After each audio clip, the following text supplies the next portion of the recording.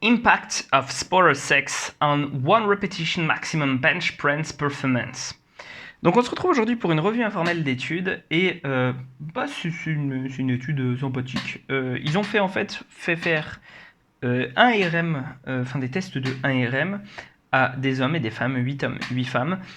Et à chaque fois ils ont regardé si le sexe de la personne était importante pour le spotter. Le spotter, c'est celui qui t'assiste, d'accord, le pareur, on dit en français, je crois. Dans l'idée, ils ont fait ça. Chaque homme a testé du coup avec un homme et une femme, et ils ont mesuré un tas de trucs pour voir si ça avait un impact ou pas. Donc en termes de différence homme ou femme avec un spotter ou pas, pour le spotter, ça n'a pas changé la répétition maximale, la charge maximale soulevée. En revanche, si le spotter était un homme, pour un homme qui soulève, alors la vélocité et la puissance maximum ont été plus importantes pour la personne qui faisait le 1RM. Donc, ce qu'on sait en fait de façon générale dans la littérature au niveau des observateurs. Au niveau des observateurs, on sait que si c'est un homme qui regarde, si c'est quelqu'un du sexe opposé qui te regarde, alors tu vas avoir tendance à mieux faire. D'accord Pour les hommes. Si c'est une femme qui te regarde, tu vas avoir tendance à mieux faire. À pousser plus lourd, etc. Si c'est un homme pour les femmes, elles vont avoir tendance... Alors, c'est un peu contradictoire. Certaines études à mieux faire, dans certaines études à moins bien faire.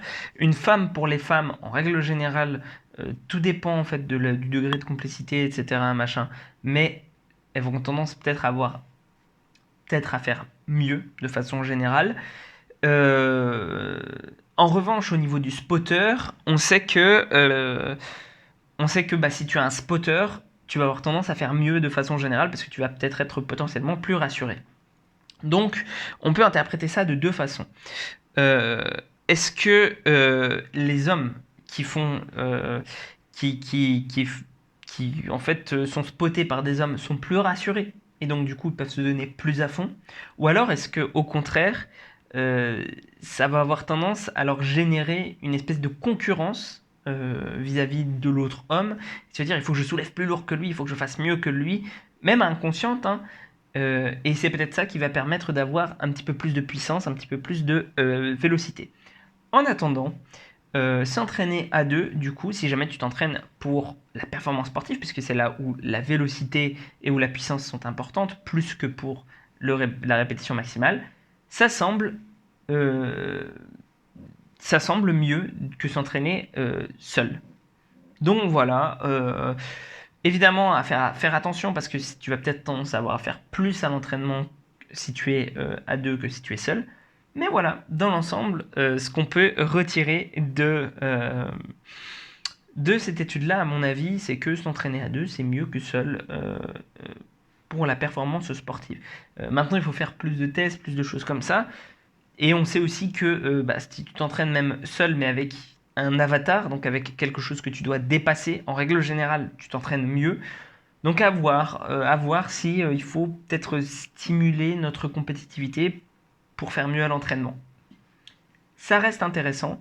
Moi, je te conseille en termes d'application pratique si jamais tu as une échéance où tu veux vraiment être au top du top, ou si tu as envie de vraiment maximiser des améliorations en performance, de le faire avec des gens pour te spotter.